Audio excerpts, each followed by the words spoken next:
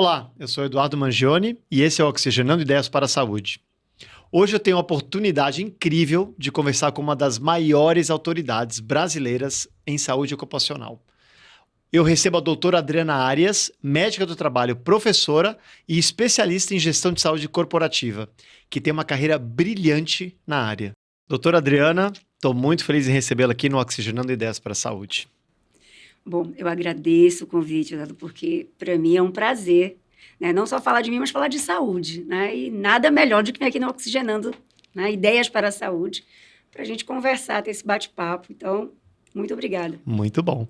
E a gente vai falar muito sobre saúde, mas saúde no trabalho, né? Que é uma especialidade sua, que a gente acho que nunca abordou nesse podcast. Mas antes de seguir com o assunto, eu quero fazer uma apresentação completa para que os nossos ouvintes e os que estão assistindo, né? Entenda um pouquinho quem que é a senhora, né, a doutora. Vamos lá que a lista é grande. Então vamos lá. A doutora é gestora de saúde na AstraZeneca, Sim. uma multinacional. É diretora científica na Associação Paulista de Medicina do Trabalho. Representa o Brasil na International Commission on Occupational Health. É médica do corpo clínico no Einstein. Professora de pós-graduação em várias faculdades. E cofundadora da empresa Science Data. Além disso tudo, vi que a senhora também participa de muitos congressos internacionais, inclusive está vindo de um, certo? Sim, acabei de voltar do WDPI, que é um congresso na área da saúde ocupacional. Ele, inclusive, é de um comitê da ICO, né, que é essa International Commission. Hoje eu sou a National Secretary no Brasil, da ICO. Pelo menos até ano que vem, mas já estão me pedindo aí renovação. Mais renovação. Mas aí a gente está sempre levando o trabalho. Fui junto com professores lá da USP, residentes médicos também, da medicina do trabalho da USP, onde participei de estudos científicos.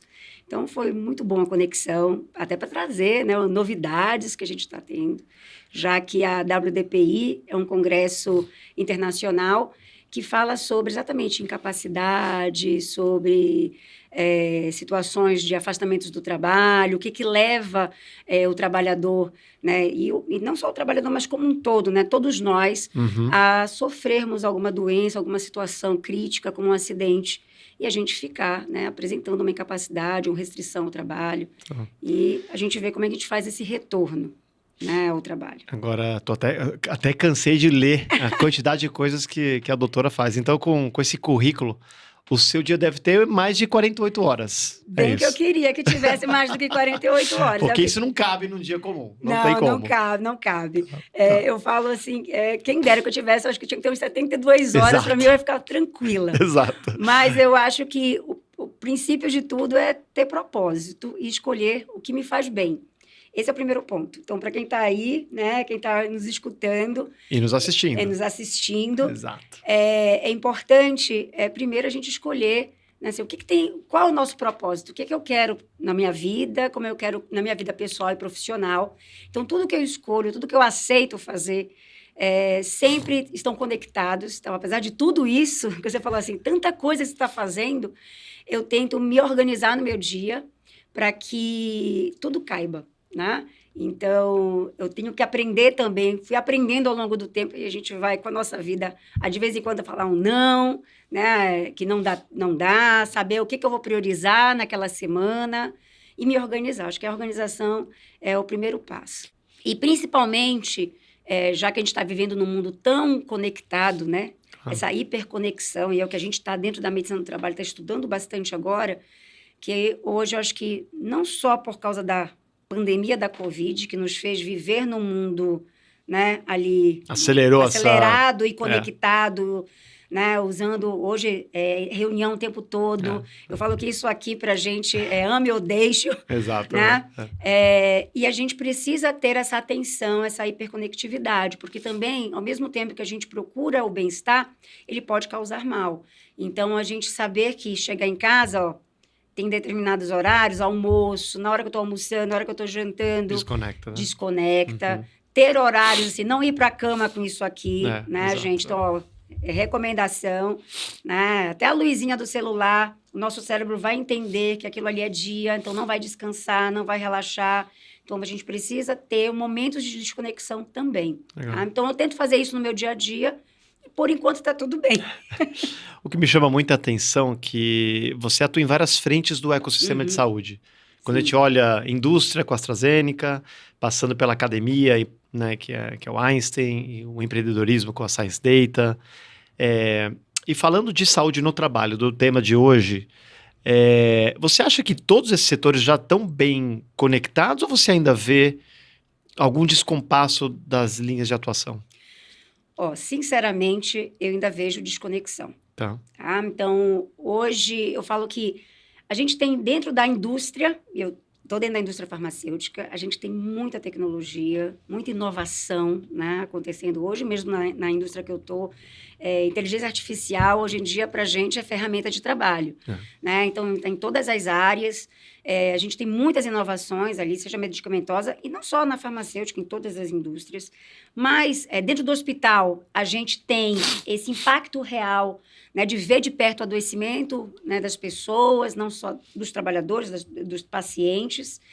Na academia, né, no meio acadêmico, a gente tem, né, a gente vai produzindo conhecimento, né, cada vez mais, né? O Brasil produz, tá, gente? E dentro da área científica, dentro da ciência de dados, hoje a gente tenta transformar, né, todos esses dados que a gente tem no nosso dia a dia em tomadas de decisão.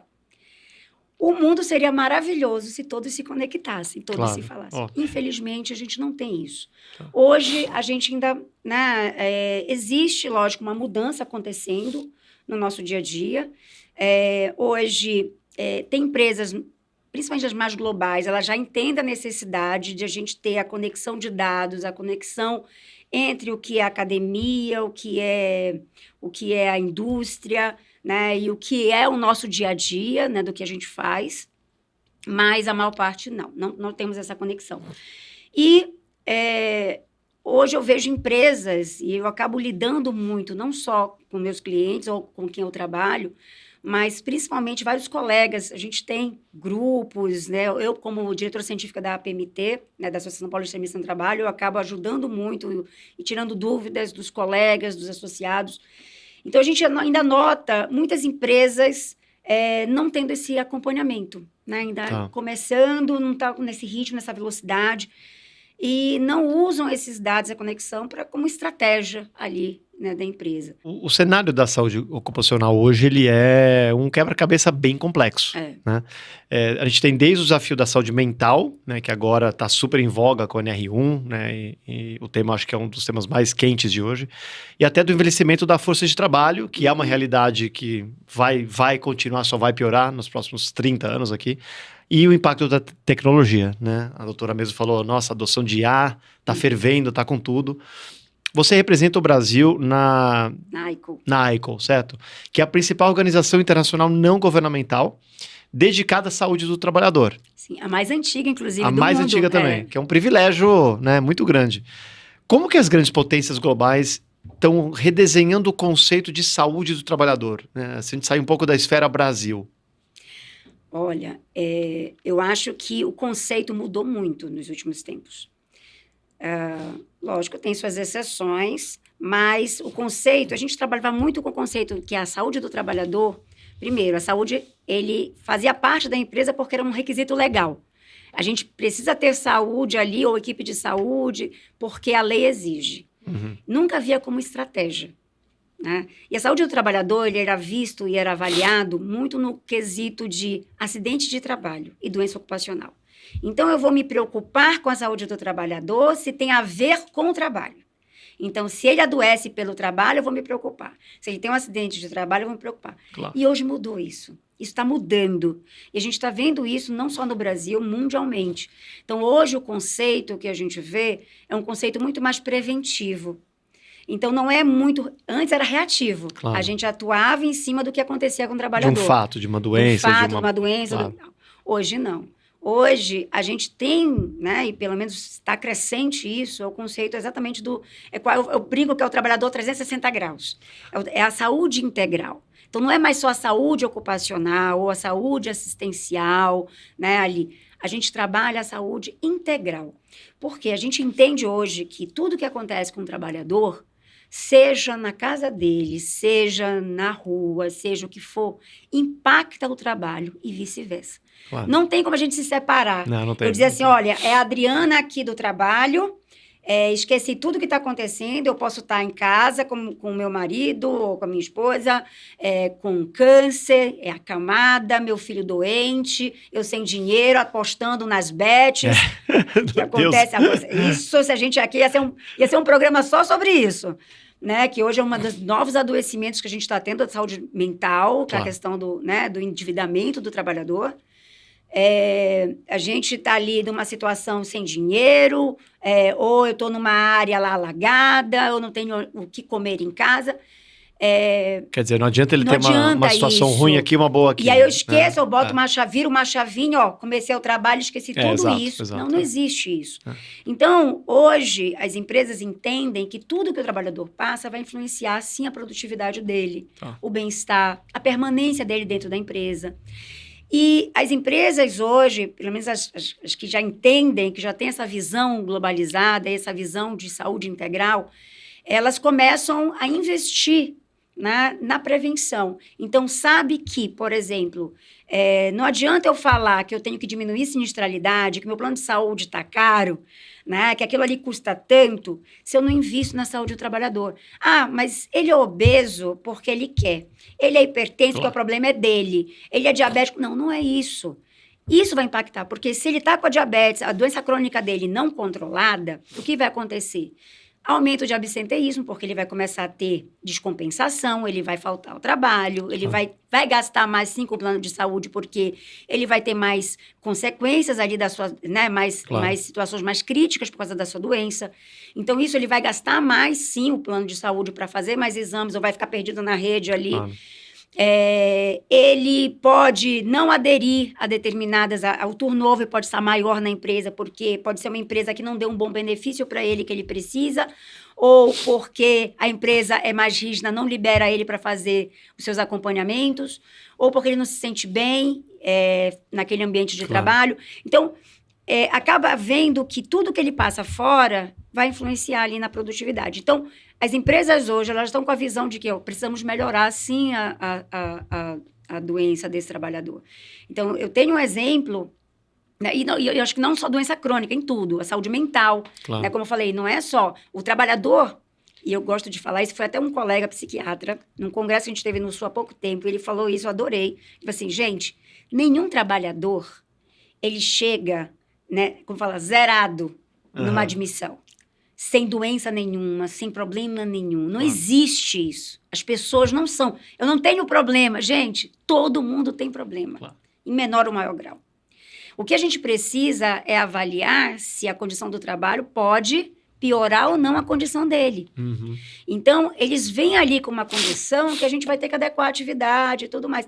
Então, a gente sabe o que ele passa lá fora vai influenciar. Ele está bem ou não, ele está aderido ou não à empresa, ele aderir à cultura da empresa. Então, a gente precisa ter essas ações. Então, vou dar um exemplo aqui prático que eu passei numa empresa anterior que eu estava. A gente fez um trabalho também com a área de tecnologia junto e de benefícios, em que esse trabalho, inclusive, eu apresentei num congresso no México, em que a gente, durante um ano, a gente foi acompanhando, fizemos uma avaliação dos trabalhadores que tinham doenças crônicas. Por quê? Sinistralidade lá estava lá em cima, como é que vamos fazer? Não adianta ficar, vamos trocar plano de saúde. É o que começa primeiro, vamos trocar plano de saúde. Não, gente, vamos ver o nosso problema, é o mais fácil. Vamos ver os nossos problemas aqui. Então, a gente fez uma ação, inclusive usando inteligência artificial para fazer face scan, para identificar, tem várias portas de entrada para identificar esses trabalhadores que tinham doenças crônicas. Para o quê? E aí, inclusive, esse tipo de atuação, ela é voluntária.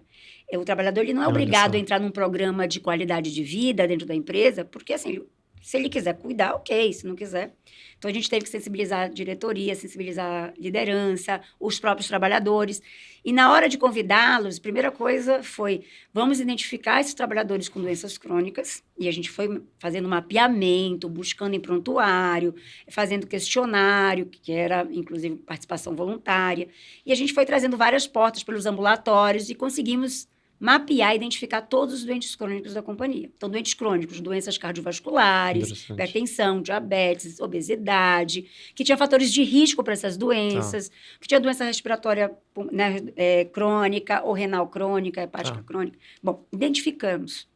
E aí, vamos fazer agora abordagem para eles. Então, a gente começou a abordar, trazer para uma linha de cuidado, convidá-los para fazer parte da linha de cuidado. Então, isso pago pela empresa. Que interessante. Né? Então, vamos fazer uma linha de cuidado com equipes multiprofissionais. Vamos ter toda a última quarta-feira do mês nós tínhamos a campanha ali, toda a última quarta-feira de fazer o mapeamento de saúde com eles, com sinais vitais, glicemia. Eles tinham um aplicativo que colocava as suas informações para que a gente fosse, porque isso também já alimentava nossas informações, as bases de dados. Claro. Logicamente, eles autorizavam isso pela LGPD, com tudo direitinho com a LGPD, compliance, né, o Privacy by Design, com a anuência do trabalhador, como eu falei, participação voluntária.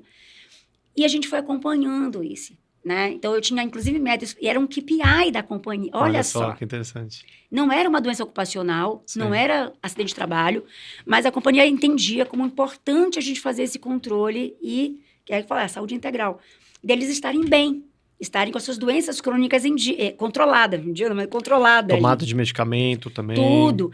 Então, o que a gente foi fazendo? Fomos fazendo esse controle.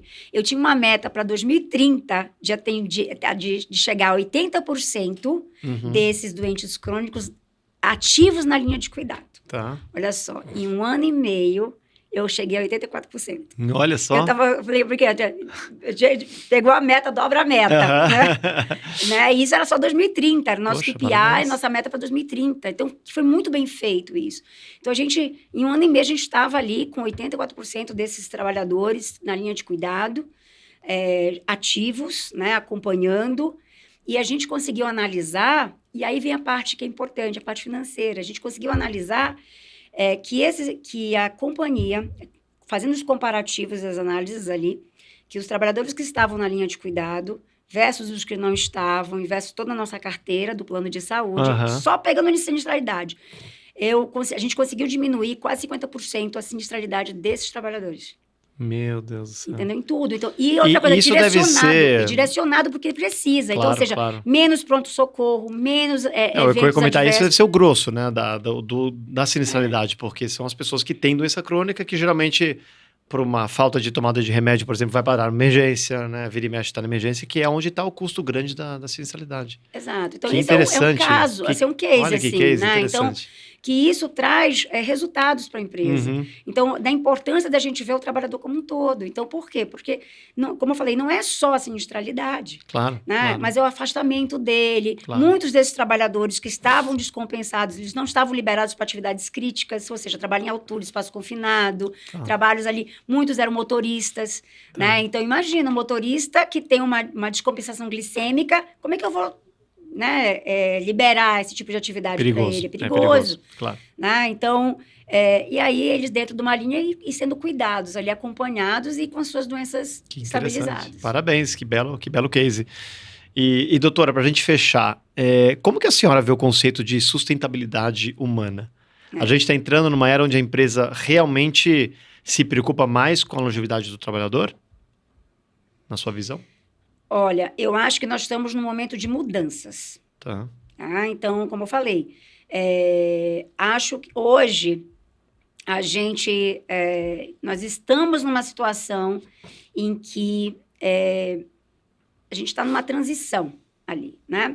Então, algumas empresas, como eu falei, principalmente as multinacionais, ali, elas já entenderam essa necessidade da gente ter uma visão mais madura e na necessidade da gente trazer o trabalhador, né, para a linha de cuidado, o trabalhador ele ser o centro de tudo, né, ali. Não adianta a gente produzir, queremos produzir sem um trabalhador ali. Agora, outras estão muito nos discursos, quando a gente fala de sustentabilidade, é assim, eu vou colocar... Eu até brinco, o greenwash, né? Vou dizer que eu faço isso, claro. Né? Vou mostrar... colocar no relatório para ficar bonito. Ou vou atrás, por exemplo, que eu já vi várias, não vou citar nomes aqui, não é ser ético, mas já vi várias, muitas vezes mostrar certificados, colocar, eu tenho prêmio X, ganhei isso, E no dia a dia, eu falo que é o bombom de alho. É muito bonitinho por fora, mas por dentro, meu amigo, ninguém suporta. Bombom de alho. É isso. Então, ele chega ali dentro, é uma empresa tóxica, né? Claro. Os trabalhadores sofrendo abusos, assédio, Tá. líderes ali tóxicos, não preparados, situações ali de excesso de trabalho, que você tem ali, por exemplo, trabalhadores trabalhando de domingo a domingo, sem folgas, né? E a gente está falando atualmente, né, falando dessa questão do 6x1, do 5x2. Exato. É bem atual. Então, né? Então, assim, tratando o trabalhador como uma coisa. Então, você está aqui porque eu preciso. Claro. Né? É como se fosse um objeto aqui dentro. Sim. E hoje, acho que a gente vê que as empresas hoje estão nesse movimento, né? As sérias estão nesse movimento que pensando na longevidade. Hoje, eu acho que as pessoas, a gente tem né? A gente está vivendo mais. A gente precisa entender que os trabalhadores estão voltando, acho que por questões econômicas, né, sociais, eles estão voltando ao trabalho. Eu tenho muitos trabalhadores que estão aposentados, estão trabalhando. Olha só. Né? Então, a gente precisa entender isso. Então, a gente está vivendo mais. Tá. A gente precisa entender que a gente precisa adequar a atividade e pensar nesses trabalhadores, que não é só a geração Z ou Y que seja. Claro. É a geração que a gente já pensava que estaria aposentada, não mais trabalhando, e que está no mercado de trabalho. Uhum. Então, a gente precisa entender que a empresa ela precisa ter a cultura de saúde e segurança, até por causa da manutenção dessa nova geração, que está, né, muito rápido. Claro. Assim, passou mais de 6 meses numa empresa, já está demais. Fato. A gente precisa criar uma linha, não só linha de cuidado, mas uma linha profissional de desenvolvimento desse trabalhador. E pensar, né, focar o quê? Na prevenção, na gestão do cuidado, na saúde baseada em dados, né, na adequação da atividade, quando a gente pensa na ergonomia cognitiva, organizacional, pensando nessa geração que já não era mais para estar trabalhando e continua a trabalhar, Claro. E na nova que está chegando também, né? E nesse encontro de gerações dentro do trabalho, que também pode ser muito conflituoso. Precisa ter flexibilidade e uma das coisas principais que a empresa precisa trabalhar é a segurança psicológica. Né? Muitos dos problemas que a gente vivencia hoje é a falta de segurança psicológica ali. Né? O quanto que a gente é aberto para aquele trabalhador, para as suas ideias, para a gente estar ouvindo. Né? Ouvir parabéns e que está tudo maravilhoso, todo mundo gosta. Claro. Mas ouvir quando não está bem é importante também. Claro, né? Claro. Então, essa transparência é muito importante. Eu acho que as empresas que são sustentáveis hoje, elas precisam de pessoas sustentáveis. Né? Então, a gente precisa ter essa visão, né, essa abrangência ali com relação à sustentabilidade. Então, a gente precisa das pessoas. Excelente. Foi um privilégio, doutora. Essa visão ampla que a gente teve aqui nessa primeira parte foi excepcional, mas eu queria aproveitar a sua presença aqui para falar mais sobre saúde corporativa. A gente acabou falando aqui no finalzinho, foi interessante. Eu sei que você tem uma visão muito específica sobre o dia a dia do RH, né, no Brasil, e é isso que a gente quer falar no próximo encontro. Combinado? Combinadíssimo. A gente volta então no próximo episódio com a doutora Adriana Arias. Não perca!